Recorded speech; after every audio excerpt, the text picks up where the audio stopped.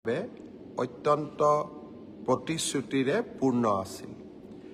যোৱা ফেচবুক লাইভত মই আপোনালোকক দিয়া প্ৰতিশ্ৰুতি অনুসৰি অসম চৰকাৰৰ দ্বাৰা অনুষ্ঠিত এডিআৰই পৰীক্ষাৰ তৃতীয় শ্ৰেণীৰ পৰীক্ষাৰ ফলাফল ইতিমধ্যে ৰাজ্য চৰকাৰে ঘোষণা কৰিছে।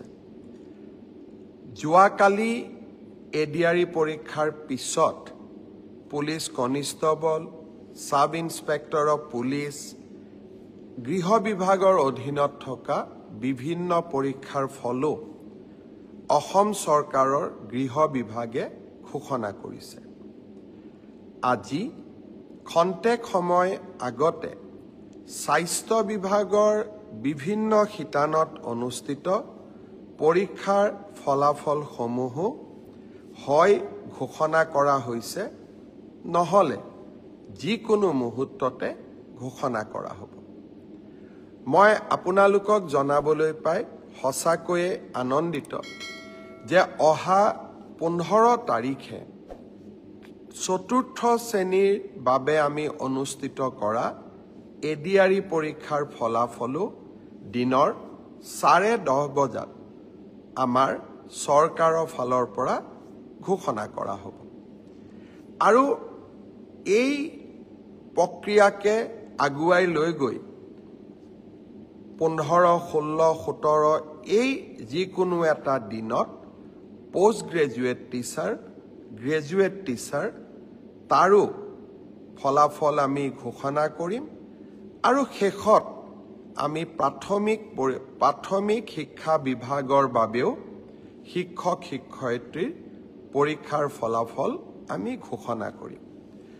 অৰ্থাৎ অক্টোবৰ মাহৰ ভিতৰত অসমৰ 35,000 নিবনুৱা যুৱক যুৱতীয়ে কৰ্ম সংস্থাপন পাবলৈ সক্ষম হ'ব। যোৱা কালি পৰহিৰ দ্বাৰা মই নিবনুৱা যুৱক যুৱতীসকলক যিসকল পৰীক্ষাত উত্তীৰ্ণ হৈছে তেখেতসকল চাই আছিলো। প্ৰত্যেকৰে নিজৰ জীৱনৰ সহজ সৰল জীৱনৰ কাহিনী এটা আমাৰ আগত বৰ্ণনা কৰিছে আৰু কেনেকে চৰকাৰৰ পৰা লাভ কৰা চাকৰিটোৱে আৰু তেখেতসকলৰ পিতৃ মাতৃৰ চকুত যি এক আনন্দৰ পোহৰ আমি সকলোৱে দেখা পাইছো, সি সঁচাকৈয়ে আমাক আনন্দিত কৰিছে। যোৱা নিৰ্বাচন ৰাইজক প্ৰতিশ্ৰুতি দিছিলো যে আমাৰ যদি চৰকাৰ আহে, মই অলপ বেছিকৈ কৈছিলো যে গন্তি কৰি কৰি 1 লাখ ল'ৰা ছোৱালীক চৰকাৰী চাকৰি দিম।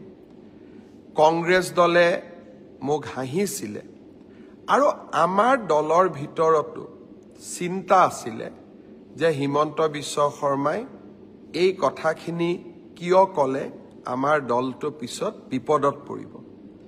কিন্তু আজি আমি 1 লাখ নিযুক্তিৰ যি আমাৰ প্ৰতিশ্ৰুতি আছিল, সেই প্ৰতিশ্ৰুতি আমি নিজৰ প্ৰতিশ্ৰুতি নিজেই ভংগ কৰিলো আৰু 2 লাখ নিযুক্তিৰ ফালে ধাৱমান হৈছো। আমি অসমৰ নিবনুৱা যুৱক যুৱতীক দিয়া প্ৰতিশ্ৰুতি পূৰ্ণভাৱে পালন কৰিবলৈ পাই সঁচাকৈয়ে মই আনন্দিত। পৰম পিতাক ভগৱানক মই ধন্যবাদ কৃতজ্ঞতা জনাইছো যে নেদেখাজনৰ অফুৰন্ত আশীৰ্বাদত আমি আৰু এটা মহান কাম সম্পাদন কৰিবলৈ সক্ষম হলো। মোৰ লক্ষ্য ইয়াৰ পৰা আমি থমকি ৰব নালাগিব। অহা 5 বছৰত আমি আৰু কিমান ল'ৰা ছোৱালীক চৰকাৰী চাকৰি দিব পাৰিম তাৰ পৰিকল্পনা মই ইতিমধ্যে আৰম্ভ কৰিছো। বিভিন্ন বিভাগৰ লগত কথা বতৰা পাতিছো যে অহা 5 বছৰত আমি 2 লাখতকৈও অধিক ল'ৰা ছোৱালীক চৰকাৰী চাকৰি দিব পাৰিম নে নোৱাৰিম। অৰ্থাৎ মোৰ লক্ষ্য যে অসমৰ নিবনুৱা যুৱক যুৱতীয়ে কেতিয়াও আশাহত হ'ব নালাগে। তেখেতসকলৰ আশাবোৰ পূৰ্ণ কৰাৰ বাবে আমি আমাৰ আকাংক্ষিত লক্ষ্য যি আমি সন্মুখত ৰাখিছিলোঁ সেই পথেৰে আমি কাম কৰি গৈ থাকিম। নৱেম্বৰ মাহৰ শেষৰ ফালে পুলিচৰ নিযুক্তিৰ বাবে আৰু কেইবা হাজাৰো পদ আমি মুকলি কৰি দিম। আজি যিসকলে পুলিচত চাকৰি মই অনুৰোধ কৰিম নৱেম্বৰত আপোনালোকে আকৌ আবেদন কৰিব, যাতে আপোনালোকৰ আশাবিলাক আমি বাস্তৱত ৰূপায়ণ কৰিব পাৰোঁ। প্ৰাথমিক শিক্ষাৰো 5,000 পদৰ নিযুক্তিৰ প্ৰক্ৰিয়া সম্পূৰ্ণ হৈ যোৱাৰ লগে লগে বাকী থকা 4,000 পদৰো নিযুক্তিৰ প্ৰক্ৰিয়া আমি আৰম্ভ কৰিম। অৰ্থাৎ অসমৰ যুৱক যুৱতীৰ সপোনবিলাক পূৰণ কৰিবলৈ আমি আমাৰ প্ৰচেষ্টা অব্যাহত ৰাখিম। ইয়াৰ মাজতে আজি ৰাতিপুৱা আমি এটা সুন্দৰ নতুন আঁচনি আৰম্ভ কৰিছোঁ। আঁচনিটোৰ নাম হ'ল CM ফ্লাইট। ফ্লাইট মানে বিমান নহয়, কিন্তু CM ফ্লাইট হ'ল এনে এখন আঁচনি যাৰ দ্বাৰা আমি অসমৰ ল'ৰা ছোৱালীয়ে যাতে জাপানলৈকে গৈ, জাৰ্মানীলৈকে গৈ, সাউথ কোৰিয়ালৈকে গৈ চাকৰি কৰিব পাৰে, তাৰ বাবে আন এখন দুৱাৰ মুকলি কৰি দিয়া। এডভান্টেজ অসম দ্বিতীয়ৰ সময়ত জাপানৰ লগত আমি এখন বুজাবুজি চুক্তি স্বাক্ষৰ কৰিছিলোঁ। উদ্দেশ্য আছিল অসমৰ 50,000 ল'ৰা ছোৱালীক আমি জাপানত নিযুক্তি দিয়া, কৰ্ম সংস্থাপন দিয়া। জাপানত এটা চাকৰিত, সাধাৰণ চাকৰি, ড্ৰাইভাৰ হ'ব পাৰে, নাৰ্ছিং কেয়াৰ হ'ব পাৰে, অফিচত কাম কৰিবলৈ কম্পিউটাৰ অপাৰেটৰ হ'ব পাৰে, বা ছফ্টৱেৰত কাম কৰা আমাৰ ডেকা ল'ৰা ছোৱালী হ'ব পাৰে। তেওঁলোকৰ মাহিলী দৰমহা হ'ল 2 লাখ টকা। আৰু এই 2 লাখ টকা দৰমহা দিব পৰা 50,000 ল'ৰা ছোৱালী জাপান চৰকাৰে অসমৰ পৰা লৈ যাব বিচাৰে। তাৰ বাবে আমি কি কৰিব লাগিব? তাৰ বাবে আমি জাপানৰ ভাষাটো শিকিব লাগিব, জাপানিজ লেংগুৱেজ আমি শিকিব লাগিব।